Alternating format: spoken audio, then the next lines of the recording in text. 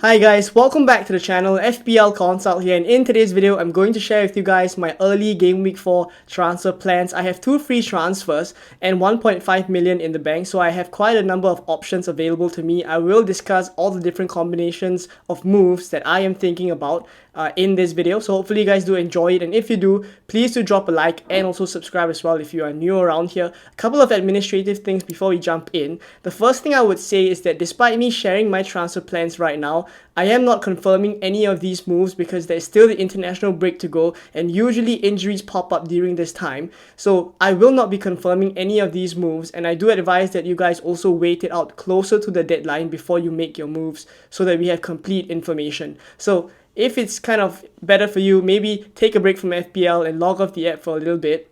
But you can tinker around with those kind of FPL planning tools that you have on the side, right? So don't go making any transfers. That's the first thing. And secondly, I am recording this just after the Man City game, so there are still the Sunday games to go. So I usually start my transfer plans videos with a review of game week 3. But given that there are still quite a number of games to go, I will just put a pinned comment of my total score for game week 3 as well as my rank, so that I can keep you guys updated.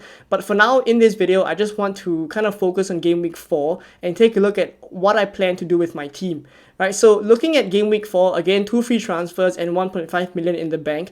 A large majority of the different moves that I intend to do will revolve around getting Salah, because now is the time after Liverpool have played Manchester United that they have a very good run of fixtures again, and Mo Salah is even a captaincy shout in some game weeks for competing with Haaland for the captaincy armband. So I definitely want to get him into my team, and I think there are areas in my team that I'm not particularly happy about, and I will discuss that as we go along. So the first player that I have in goal here is Henderson, playing Leicester at home. This is one of the better fixtures for him, and hopefully now that Mark Guehi has stayed at Crystal Palace, he's no longer leaving, and they've also signed a couple of other centre-backs as well, Trevor Chalobah and also Lacroix, if I'm pronouncing his name correctly. So I do hope that the Crystal Palace defense would perform slightly better as we go forward. And against Leicester, I do kind of hope that they will keep a clean sheet. In defense, it's Trent, Dunk, and Robinson. All of them have home fixtures. Nottingham Forest for Trent, Ipswich for Dunk, and West Ham for Robinson. So these are really good fixtures, and I am honestly hoping that the defense comes good here. And then in midfield, it's Jota, Gordon, Saka, and Rodgers. So Jota, for now, I still think like he would be the first choice starting centre forward. There is kind of, I guess, a bit of concern for me because coming into the international break, Jota would likely go away with Portugal for the kind of games that they would have. But Darwin Núñez is not going to get any games simply because he is suspended for quite a number of games. So because of that, he won't be playing any part in the kind of the break that we have. So I do think, like, in terms of fatigue, I think Jota could be slightly more fatigued after the international break, playing quite a number of games with Portugal and all the travelling. So there could be a chance that maybe Darwin Núñez could start. I'm not scaremongering or anything. I do hope it will still be the case, Jota starts, so that's the hope. I have Gordon, Saka, and Rodgers as the rest of my midfielders. For Gordon here, I went doubled up on the Newcastle attack. Not ideal. And I am again recording this after the Man City game, so if they go ahead on Sunday and tear it apart against Spurs, then maybe I change my impression here. But in terms of kind of having 2 Newcastle assets away from home to Wolves, with their kind of away form not being great, I am a bit worried. But by the same token as well, Wolves are just not a very good defensive unit. We saw what Chelsea did to Wolves at Molineux. So there is also a chance that Newcastle could tear Wolves apart. But I think if I'm to make a couple of transfers, and if I want to bring Salah in here, kind of the first few players that I'm happy to let go of would be the Newcastle assets. And then there's Saka here, has Spurs away. Saka has been performing very consistently in the first 3 game weeks, getting returns in all of these 3 games. But I think now is the time we need to kind of think a little bit more objectively. I'm also trying to remind myself as well that past performance does not mean that he's going to continue to keep it up against tougher opponents. I would say Spurs away is a tougher opponent. I would also say that in game week 5 when they play Man City, that's also a tougher opponent. Can I kind of objectively remove Saka despite me knowing that he's playing really well and take a chance or a gamble that I can replace him with someone else? that would score more points than him over this period of time that I'm replacing him. So I think if I do kind of make a move to get Salah, for example, in Saka's place, this could be a great chance. So I'll talk more about the plans that I have. But Saka against Spurs away here. Even if I don't sell him, I think Spurs away is a pretty good fixture for him. Looking at how Arsenal are playing, if they have kind of 11 men, of course, because Declan Rice is suspended for the Spurs game. But I do think that they have ready replacements, like Jorginho could come in at defensive midfield. So I think regardless, I think Saka's still a good option. If I do keep him in the end, I'm not too fussed about the fixture. And then Rodgers has Everton at home. Now, I mean, Rodgers has blanked for a few games already. And it's not ideal that despite him getting 90 minutes, that he's not really putting in the results or the output that we want. So I'm hoping that he would get something here. There is a cause for me to think about whether I would take 90 minutes Rodgers against Aston Villa. 90 minutes Rodgers against Everton at home.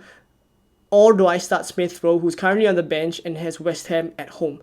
So there is a bit of a decision there. For now, I'm favouring the player with more minutes, and that is Rodgers. So that's why he's here in the kind of starting 11. And up front, it's Isak, Haaland, and João Pedro. Isak, again, the double up. I'm not super confident of the double up, but I do have plans for that. I'll talk about it in the next section. And then there's Haaland, probably going to be a massive captaincy shout, especially with Brentford at home. And then Ipswich for João Pedro here. And this is kind of the rotation also planned to kind of bring him in during this period of time when he has Ipswich now in Game Week 4 and then Nottingham Forest in Game Week 5. So I'm happy I already have Dunk and João Pedro against Ipswich here in Game Week 4. Now I do plan to bring some other players in. So let's take a look now at my Game Week 4 transfer plans using the tinkering tool and show you guys what I plan to do with my 2 free transfers and 1.5 million in the bank. So this is my team on the Fantasy Football Hub Transfer Planner, exactly as shown in the graphic just now. And I want to show you guys 3 different combinations of moves that I'm planning to make with my team.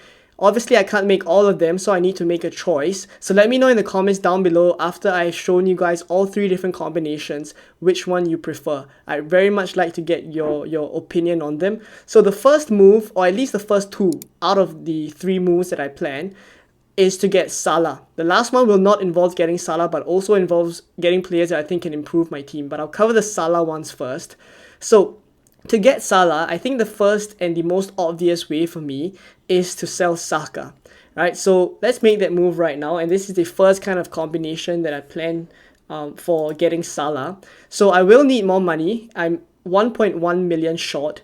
And as I've said about the Newcastle assets that I'm very ready to let them go, I'm more willing to let Gordon go than I am to let Isak go, because simply I don't think there's a lot of forward options that are very good. And in fact, I think Isak against Wolves could be better than maybe Watkins against Everton at home, even at this point in time when, you know, the way that Watkins is performing right now, it seems like John Duran is even performing better than him. So truly, I think there's not a lot of forward options. So I would be the most willing to let go of Gordon of the 2. So looking at how much I have in the bank, it's 6.4 million. So sadly, I can't reach the kind of 6.5 million assets. So the one that I'm thinking about is Minte from Brighton, because now they have Ipswich in Game Week 4. And then in Game Week 5, I can also play him because he has Nottingham Forest at home. So really good fixtures for Minte, and at 5.5, I think he is quite good value. The numbers that he's been showing has been pretty decent as well. Against Arsenal, they kind of came down, but I think that was what we expected against slightly tougher opponents. For the first 2 games, I think he put up quite decent numbers. So I think I'm happy to go with this kind of a combination if needed. Now, the other kind of combination that will also enable me to get Salah, let me reverse the moves and put Saka back in and also put Gordon back in. So the other combination that I have involves getting both my Newcastle assets out of the team. So I'll remove Isak for a 4.5 million kind of forward. It really does not matter who I'm going for. I'm really just dropping the kind of budget all the way down. So let me just bring the budget all the way down, find a kind of 4.5 forward at this point. I'm just going to put him as a placeholder. So there we go for kind of replacing Isak. But you see what that gives me? It gives me 5.5 million in the bank. And then I can upgrade Gordon to Mo Salah. Right, so I can bring Salah in here. I make the transfers. And then obviously I won't be playing this 4.5 million kind of forward, I would be starting Smith Rowe instead. Right, so Smith Rowe being in my team and being on the bench with a decent fixture against West Ham also enables me to make this kind of a move, because then I drop Isak down to an unplayable player, but basically I have Smith Rowe just to come in very nicely. So I think this also works, and it also enables me to keep Saka against Spurs, which is a great thing because I think that could be a high scoring game. And one of the major benefits of losing both Newcastle assets and then going for Salah here in place of Gordon is that come game week 5, which is the next game week here, I'll move forward a little bit. You see that Saka here has Man City away. I can very well sell Saka. I have money in the bank even if Son rises in price. I can very well sell Saka for Son, because Son has Brentford at home and his predicted points is so much higher than Saka, because obviously Saka is playing Man City. So I do like that losing both Newcastle assets would allow me to get Salah in game week 4 and also get Son in game week 5. So very kind of interesting prospect for me. And when I looked ahead as well, this is one of the ones that I'm tending more towards. But that would, again, as I move back to game week 4, involve me selling both my Newcastle assets, which could backfire if they do well against Wolves, but I may be happy to take a chance. Depends also how they perform against Spurs today. And then after that, let me just show you guys the last kind of combination here that does not involve getting Salah, but also does kind of improve my team quite a bit. So I'll put Gordon back in because he was in this position, and I'll also bring Isak back in as well because they were the ones initially in this position. So I'll set my team up without making any transfers exactly like this. So if I do kind of ignore the fact that I want to go for Salah, right, I think the other kind of combination of moves that I can do involve getting Cole Palmer instead of Saka, and then after that selling Gordon for Eze, because Eze has Leicester. He's a great he's actually one of the higher predicted points players for game week 4. You see here 7.3 against Leicester is really, really high. And then Cole Palmer over the next two, in game week 4 has Bournemouth, in game week 5 has West Ham, and you look at Saka, he has Tottenham in game week 4, and then he has Man City in game week 5. So can I take the gamble that Palmer would outperform Saka over this period? I think it could. But when I look at these kind of Palmer and Eze moves, I feel like I favor the one that gets me Salah still, not just because I want the kind of most expensive midfielder, but I think there is more gains to be made by going for Salah in game week 4 and then Son in game week 5. I think that could be a higher upside kind of a move. If Son plays centre forward, I think he's a great option. But if Solanke comes back in time, or if kind of Richarlison comes back in time, then maybe Son shifts to the left. Maybe I think in that case he's not as good of an asset. So it really depends also on that kind of a situation with Spurs. And yeah, so there's 3 different combinations here. Palmer and Eze here being the third kind of a combination. Let me know what you guys think. Let me just put in the one that I think I favor the most right now. And you guys obviously guessed it. It's selling both the kind of Newcastle assets. By the time you're watching this, if kind of they tear it up against Spurs, which I would hope so because I have both of them, then maybe my kind of opinion changes. But I think looking at this Salah in for Gordon and Isak down to a unplayable 4.5, I start this kind of 5 in the midfield with Smith Rowe coming in. It's Saka, Jota, Salah, Rogers, Smith Rowe. Not bad at all. And then in game week 5, I can very simply do Saka to Son. And then I wildcard in game week 6. So that is the plan. And I think it kind of works quite well. So for now, this is what I'm leaning towards. But as I've shown you guys 3 different kind of options, please let me know what you guys think about my kind of thought process, as well as different transfer combinations, which one you think I should go for, and also what you guys are going for as well. I would imagine that those of you with 2 free transfers now in game week 4 are kind of eyeing up many different moves. Some of you even have 3 free transfers that you rolled up from game week 1 all the way till now, and you have different kind of plethora of options there. So I'm very keen to know, where are you guys going in terms of transfers? Who are you guys kind of moving towards. I would imagine it's Salah, but I'm interested to know who else as well. If not, I hope you guys found this video useful. I hope it was not too confusing when I was moving the players in and out of my team.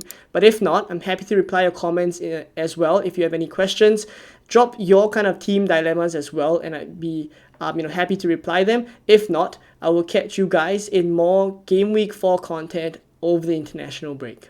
Bye bye.